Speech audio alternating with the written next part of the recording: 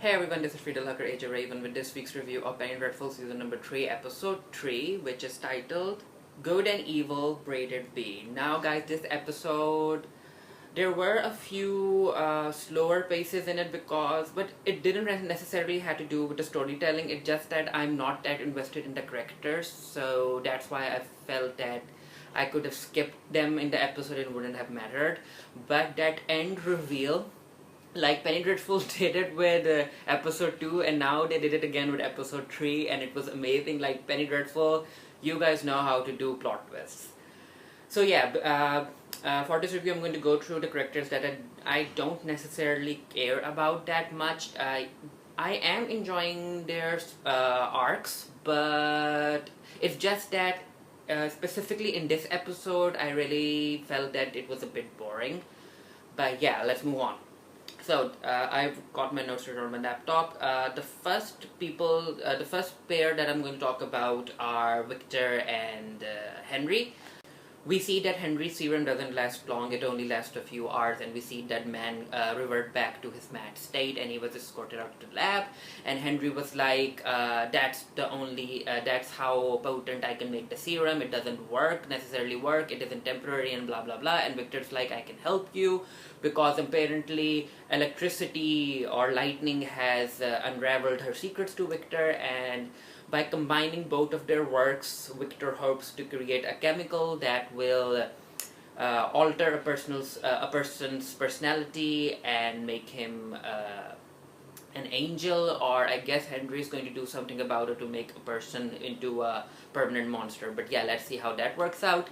And their story is kind of interesting, but then again, Victor only wants to make Lily some sort of toy, and that feels wrong to me, and Victor needs to think bigger, he needs to move on. And speaking of Lily, we also see Lily's plan to create a whole revolution of women, and we also saw the scene about other women standing up together for equal votes, and Lily makes it clear to Justine that she doesn't want equality, she wants men to die, she wants women to become the masters of men, and that's her plan.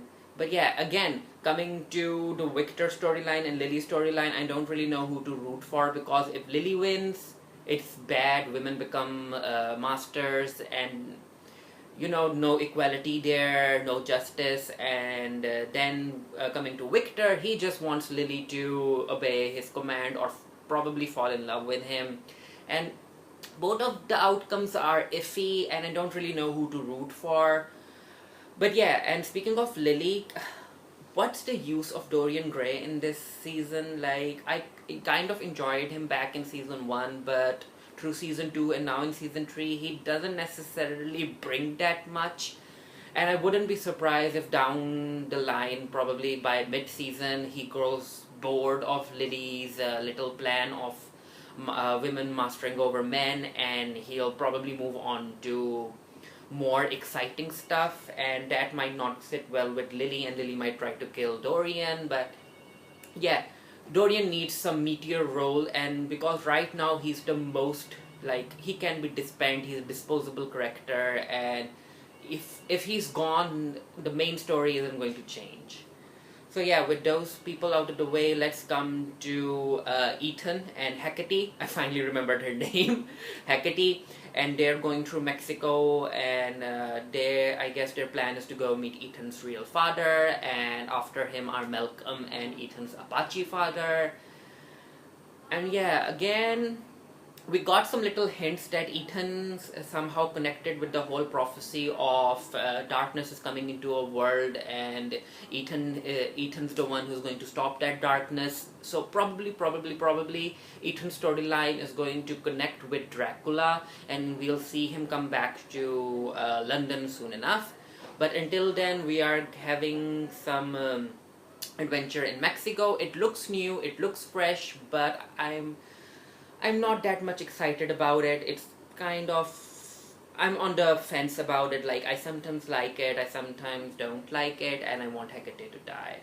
Now coming to the two characters whose storyline I enjoyed in the episode. First off, John Clare is having flashbacks about his past life, and at first I was like, where is all of this coming from? Why didn't we get this before?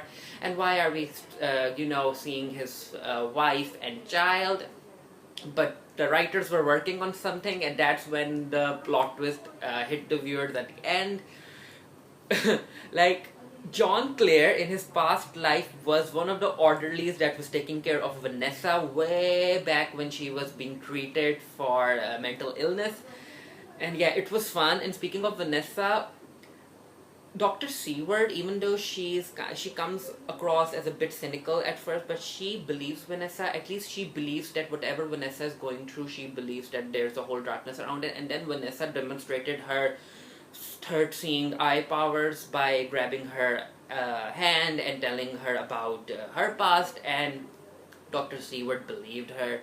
And being I guess a woman of science, she can't outright say that she believes in the devil and stuff like that, but she's here to help Vanessa. And I like that the writers took her into Vanessa's mind as well, and we saw the little white room that Vanessa was staying in.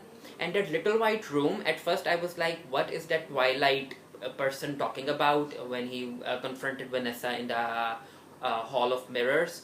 And the way that he was talking to Vanessa about Dracula having met her before and yada yada yada, I was like, okay, that's some useful information. But Twilight guy, it's not going to end well for you. And lo and behold, he ended up becoming food for the rest of the vampires. And the moment he blabbered or went off script, I was like, yes, dude, you're dead. And he died.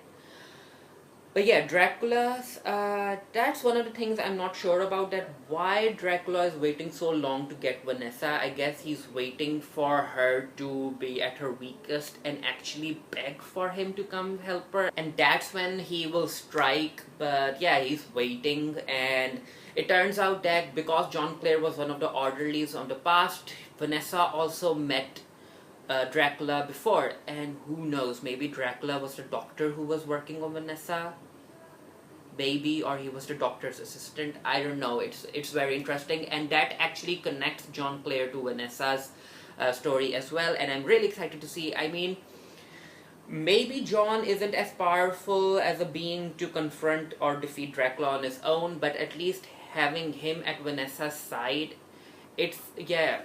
Vanessa's chances are looking good. John Clare needs to help Vanessa. He needs to remember.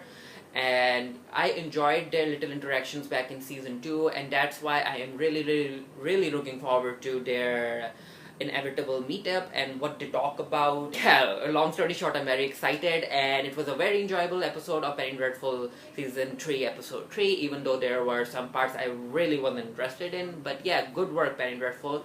And let me know what you thought about the episode down in the comment section below. And let's get to talking. And I'll see you guys again with a review of the next episode. Stay happy, stay safe, stay blessed. And I'll see you guys there.